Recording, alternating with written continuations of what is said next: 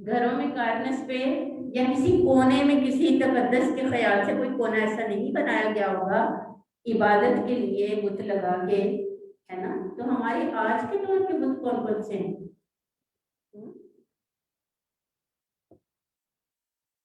آج کے دور کے بت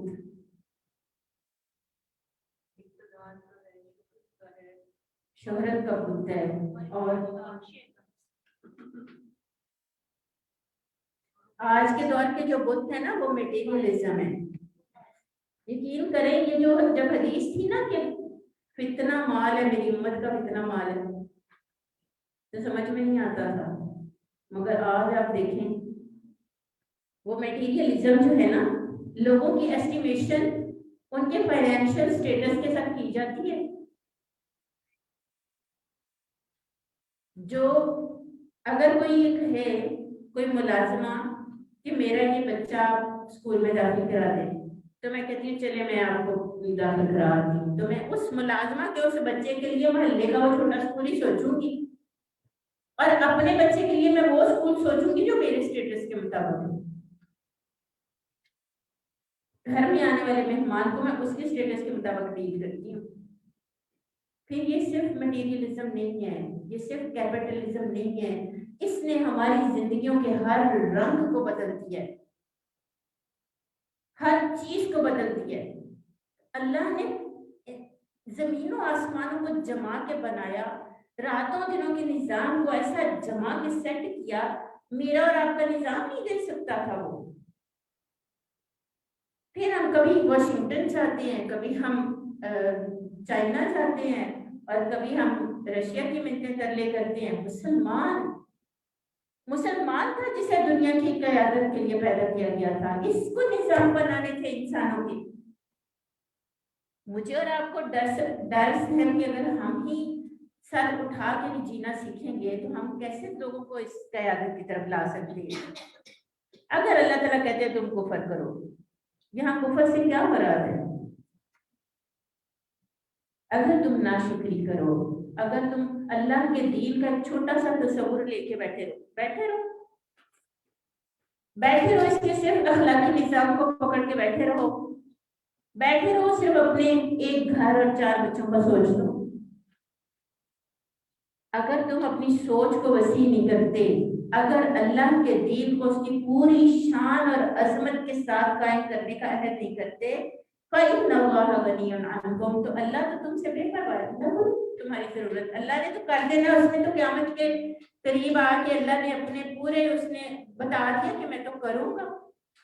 عیسیٰ علیہ السلام اتریں گے اور امام مہدی بھی آئیں گے، اور پوری دنیا پر ایک وقت آئے گا جب اللہ کا دین غالب ہو جائے گا، مگر مسئلہ تو میرا اور آپ کا ہے وَلَا يَرْضَىٰ لِعِبَادِهِ الْكُفْرَ، اور اللہ اپنے بندوں سے کفر پر راضی نہیں ہے۔ اللہ نے نظام البتہ ایسا بنایا ہے کہ اگر کوئی کفر کرنا چاہے تو یہ زمین اسے اٹھا کے مار نہیں دیتی، مار سکتی ہے۔ اللہ کا کفر اتنی بڑی چیز ہے کہ یہ زمین اسے الٹا آسمان تک لے کے جائے اور ایسے کر کے مار دے، لیکن نہیں مارتی۔ کوئی چوری کرنا چاہے تو اسباب وسائل پوری اجازت دے گی، جیسے آپ جس ہال میں بیٹھی ہیں تو آپ اٹھیں تو آپ کو اجازت ہے، آپ چاہیں تو ادھر سے اوپر جائیں، پیچھے بھی سیڑھیاں ہیں، آپ چاہیں تو ادھر سے جائیں، دروازے آپ کو دونوں طرف سے کھلے ملیں گے۔ ہاں، ہماری طرف سے آپ کو اجازت نہیں ہے کہ آپ پیچھے سے جائیں۔ تو یہ جان لینے کے بعد کہ اجازت نہیں ہے، کتنے لوگ رکیں گے یہاں کہ میں نے پیچھے سے نہیں جانا؟ دروازے دونوں طرف کے آپ کو کھلے ملیں گے۔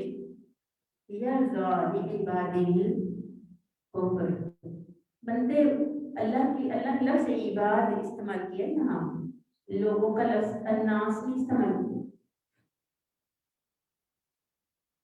کیونکہ یہ بندے جو سورت کا مضمون چل رہا ہے نا، یہ بندے وہ نہیں جو دنیا پرست اور نفس پرست پڑے ہیں، یہ وہ ہیں جو دین کی راہ میں اللہ کے قریب ہی ہونا چاہتے ہیں مگر دوسرے راستوں سے۔ وَإِن تَشْكُرُوا يَرْضَهُ لَكُمْ، اور اگر تم شکر کرو تو اس پر راضی ہے تمہارے لیے۔ اور کوئی بوجھ اٹھانے والی جان کسی دوسرے کا بوجھ نہیں اٹھائے گی، چاہے ہم جتنے مرضی لوگوں کے دباؤ میں یہ سب کچھ کر رہے ہوں، مگر ہر جان اپنا بوجھ خود اٹھائے گی، ثم الی ربکم مرجعکم، پھر وہ تمہیں اپنے رب ہی کی طرف لوٹنا ہے، اور آخر کار تمہیں بتائے گا جو تم کرتے تھے، بے شک وہ سینوں کے حال بھی جانتا ہے۔ تو ایک گروہ وہ ہے جو بڑے خلوص سے اللہ ہی کے قریب ہونا چاہتا ہے، مگر صحیح دعوت صحیح دین کو تلاشی نہیں کر رہا اور اسی راستے میں۔ یہ دوسرا جو گروہ ہے نا، یہ کسی مشکل میں اپنی مشکل کا حل چاہتا ہے، بیمار ہو گیا ہے، بچہ بیمار ہو گیا ہے، ڈاکٹرز نے جواب دے دیا، ہاسپٹل پڑا ہے، کوئی گھر کے اندر اچانک ذرائع آمدن بند ہو گئے ہیں، 100 مصیبتیں تکلیفیں میری اور آپ کی زندگیوں میں ہر روز ہر چند دن پر ہر چند دن پر۔ تو اللہ تعالیٰ کہتے ہیں کہ جب کوئی اس پر مصیبت آفت آتی ہے، دعا ربہ منیبا، کس کیفیت میں وہ اللہ کو پکار رہے تھے، اسی کی طرف رجوع کرتے ہیں، کیونکہ وہ جس کسی کے پاس بھی جا رہا ہے یہ اس کو پتا ہے کہ وہ ناقص ہے، اس کے پاس وہ اختیار ہے نہیں، اور پھر جب اللہ تعالیٰ اس کو اس کی اس نعمت سے نواز دیتے ہیں جو اللہ سے مانگ رہا ہے، وہ بھول جاتا ہے اس مصیبت کو اور جس پر وہ پہلے پکارا تھا، اور پھر اس کے بعد وہ دوسروں کو اللہ کا ہمسر ٹھہرانے لگ جاتا ہے۔ جیسے میں ایک چھوٹی سی مثال دیتی ہوں کہ اگر اللہ نے مجھے بیٹا دیا تو میں کہتی ہوں یہ تو مجھے فلاں کی دعا سے مل گیا اللہ بیٹا۔ لوگ ایک جملہ بولتے ہیں، بڑیاں منتاں مراداں نال پھر اللہ نے بیٹا دیتا۔ اللہ تو ایسا ظالم تھا، وہ تو دے ہی نہیں تھا رہا، وہ نہیں تھا دے رہا، اس نے اتنی منتیں مرادیں مانگی تو اللہ نے دے دیا۔ لا حول ولا قوت الا باللہ، بولتے ہیں یہ جملہ، یا ہم کہتے ہیں بڑی دعاؤں سے مجھے بیٹا ہوا، اللہ کی تقدیر کے فیصلے سے ملا، اللہ کا شکر ہے، اور اللہ نے خود اپنی مرضی سے فیصلہ کیا تو وہ ہوا۔ کسی کی منتوں مرادوں سے اللہ تعالیٰ ایسے مجبور نہیں ہوتے، تو وہ بھول جاتا ہے اللہ تعالیٰ، پھر وہ دوسروں کو ہم سے ڈراتے ہیں۔ کیسے ہم اپوائنٹ کر سکتے ہیں کہ فلاں کی دعا سے مجھے بیٹا ہوا ہے؟ ہمیں کس ذریعے سے پتا چلا؟ اللہ نے وحی اتاری، اللہ نے فرشتہ بھیجا کہ وہ میں نے جو تمہیں بیٹا دیا ہے نا، یہ میں نے تمہیں یہ بتانے کے لیے فرشتہ آیا ہے کہ وہ فلاں کی دعا سے۔ فرشتہ آیا تھا کوئی ہمارے پاس نہیں۔ تو اللہ تعالیٰ کہ آپ دیکھیں گے اتنی سی باتوں سے ہماری باتوں میں، ہمارے عقیدے میں کہاں شرک آ گھسا، کہاں کفر آگ گھسا۔ کہہ دو تمتع بکفرک قلیلا، تھوڑی دیر اپنے اس کفر کے مزے لے لو، فائدہ اٹھا لو، انک من اصحاب النار، پھر کیا ہوگا؟ ایسا شخص آگ میں جانے والا ہوگا۔ ہاں صحیح راستہ کون ہے، کون بہتر ہے زیادہ؟ من ہوا قانت، وہ جو فرما بردار ہے۔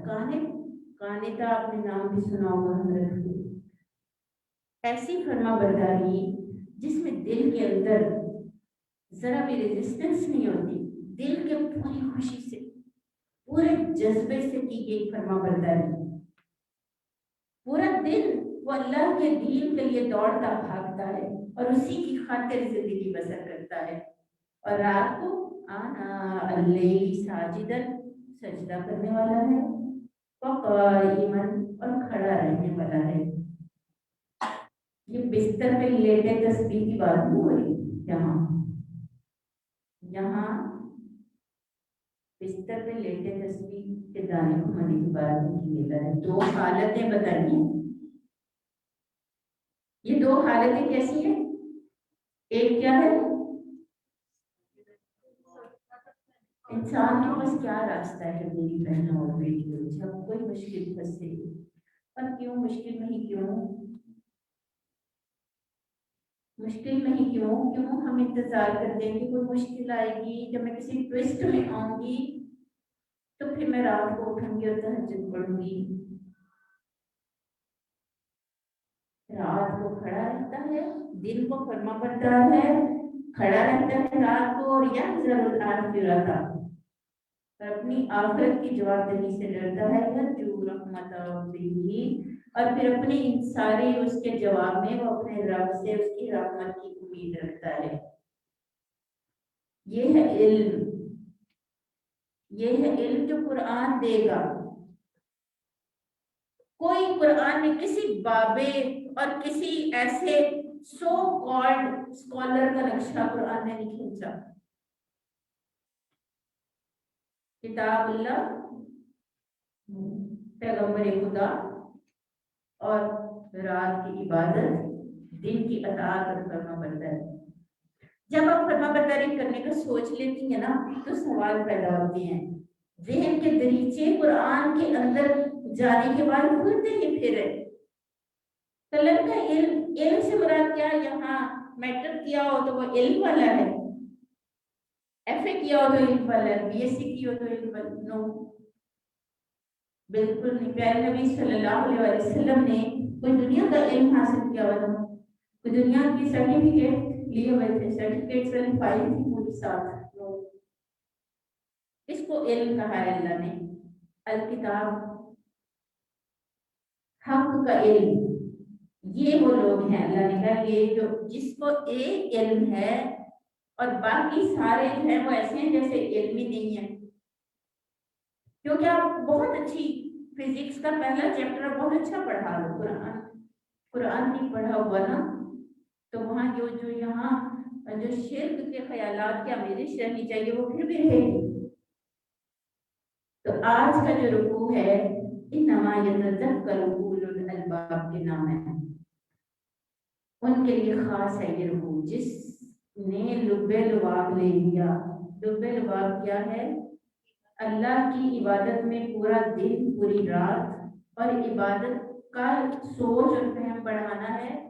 وہ خواب دیکھنے ہیں کہ پوری دنیا پر، ویٹیکن سٹی پر، نیو یارک پر، امریکہ پر، انڈیا پر.